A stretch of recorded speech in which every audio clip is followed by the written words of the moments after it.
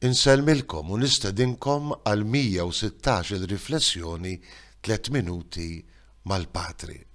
Dan is-sitt ħatta matul is-sena nkomplu nisimgħu silta twila meħuda mid-diskors tal-muntanja fejn San Mattew jippreżenta lil Ġesu li mallem Mosè l-ġdid illi qed jagħti il-liġi l-ġdida.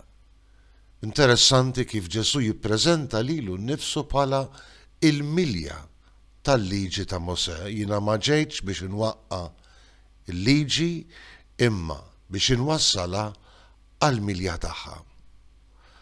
Għal 7 darbiet sejrin nisimgħu il-kelma smajtu x'intqal jew smajtu x'inkiteb imma jiena ngħidilkom.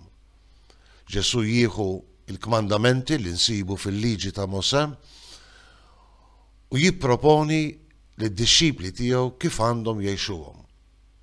Mhux b'mod litterali għax ta' bil-fors, imma mdawlin mill-ispirtu tagħhom irawmu fihom l-imħabba lejn Alla u lejn il-proxmu.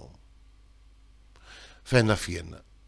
Eżempju sabiħ huwa dak ta' meta Ġesu jgħid smajtu x'intqal la toqtolx imma jiena ngħidilkom ikun ħaqqu s-sentenza tal-mewt kull min lil-ħoħ jgħidlu ġifa.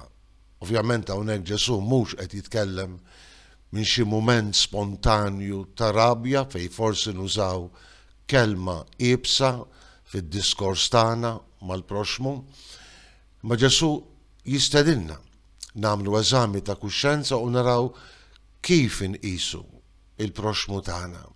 Inħossni dejjem superjuri u allura inġib ruħi b'mod arroganti lejh. Ġesu jistedinna nagħmlu eżami ta' koxjenza. Smajtu x'intqal, huwa ħażin li tagħmel l-adulterju, ma jiena ngħidilkom kull min iħares lejn mara u jixtieqha ikun diġà għamel l-adulterju f'qalbu.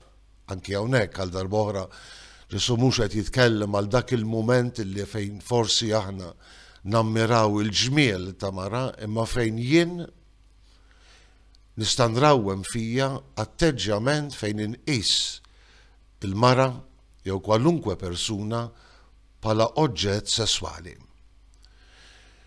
Ġesu jallimna ngħixu il-kmandamenti, imma jallimna ngħixuhom fl-ispirtu tagħhom u dejjem jenna namlu dak l-eżami ta' kuxjenza biex jurina u x'dak li qed ngħixu u wix motivat mill-imħabba jew le.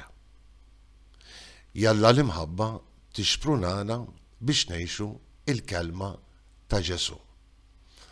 Inselmilkom u l-mulej jagħtikom is-sliem.